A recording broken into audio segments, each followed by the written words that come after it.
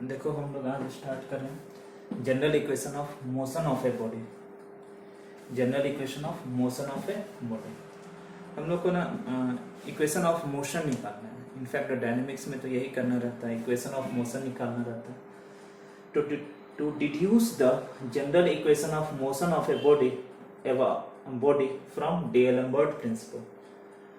To deduce the general equation of motion of a rigid body from D'Alembert principle।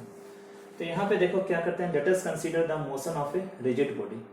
Let p x y z be the position of particle of mass m at any time t।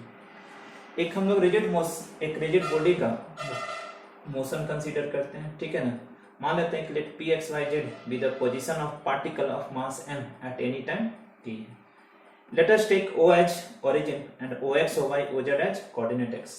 देखो यहाँ पे capital X, capital Y and capital Z, capital X, capital Y and capital Z हमारा क्या है, component of external forces है parallel to the coordinate axis, ठीक है। X axis के पैरेलल एक्सटर्नल फोर्स का कंपोनेंट क्या है, कैपिटल X, Y एक्सिस के पैरेलल कैपिटल Y और Z एक्सिस के पैरेलल कैपिटल Z है।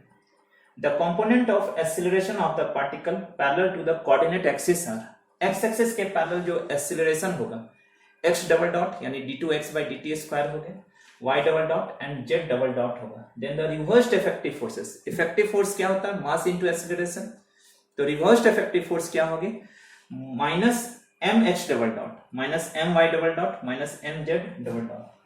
So thus the component of the resultant of the external forces and the reversed effective forces acting on the particle of mass m parallel to the axis are, तो एक तो हो जाएगा x minus m x double dot, y minus m y double dot and z minus m z double dot. तो by D'Alembert principal जो ये reversed effective forces है, जो रिवर्स्ड इफेक्टिव फोर्सेस है यानी minus m x dot and external forces, ये सारा हमारा क्या बनाती है, इक्विलिब्रियम में रहेगी।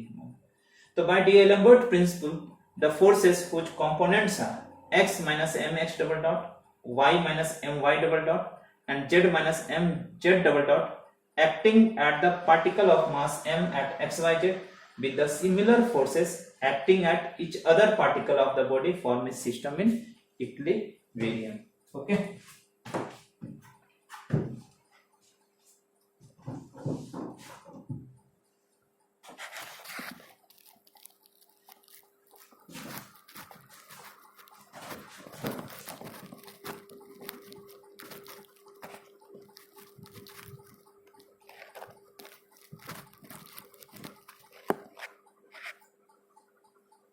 तो देखो यहाँ पर हमारे पास क्या है, we have total 6 condition of equilibrium. 6 condition होता है इक्विलिब्रियम का। फर्स्ट में क्या होती है, समेशन ऑफ x 0 होती है, समेशन ऑफ y 0 होती है। तो यहाँ पे summation of x minus M X double dot 0 होगा, summation of y minus M Y double dot 0 होगा, summation of z minus M Z double dot equal to 0 होगा। और ये 6 होता है। अभी हम नेक्स्ट वीडियो में बनाएंगे कि इसको कैसे लिखा जाता है, ठीक है। एक क्या होगी y z minus M Z double dot minus Z y minus M Y double dot, z x minus M X double dot minus x into Z minus M Z double dot, और ये सारा होगा where the summation runs over all the particles of the body from 1 से। देखो क्या है, summation of x minus M X double dot है equal to 0, तो ये summation of x minus summation of M X double dot equal to 0, ये इधर आ जाएगा।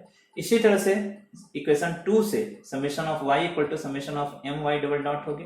इक्वेशन 3 से summation of z equal to summation of M H Z double dot equal to 0 होगा। इस equation 4 से देखो y z minus M Z double dot minus Z y minus M Y double dot equal to 0, इसको multiply करो तो y z minus M Y Z double dot minus Z Y और minus minus plus M Z Y double dot equal to 0 होगा। तो y z minus Z Y minus m common निकाल लो तो y z double dot minus Z Y double dot equal to 0। इसी तरह से remaining 2 equations को लिखना पड़ेगा।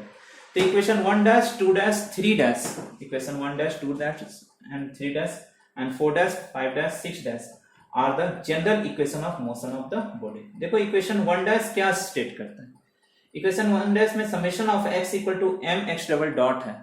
समेशन ऑफ x क्या है, component of external forces parallel to x axis, और एम एक्स डबल डॉट क्या है हमारा, component of effective forces, component of effective forces. इसी तरह से यहां भी वही है, वाई एक्सिस के पैरेलल, जेड एक्सिस के पैरेलल।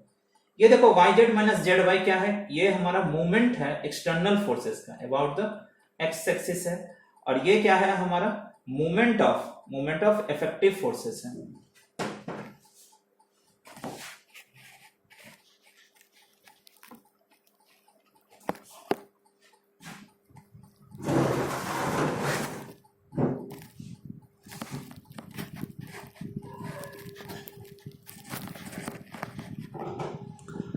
तो देखो equation 1 dash 2 dash and 3 dash state that the sum of the component of the effective forces parallel to the coordinate axis are respectively equal to the sum of components parallel to the same axis of external forces.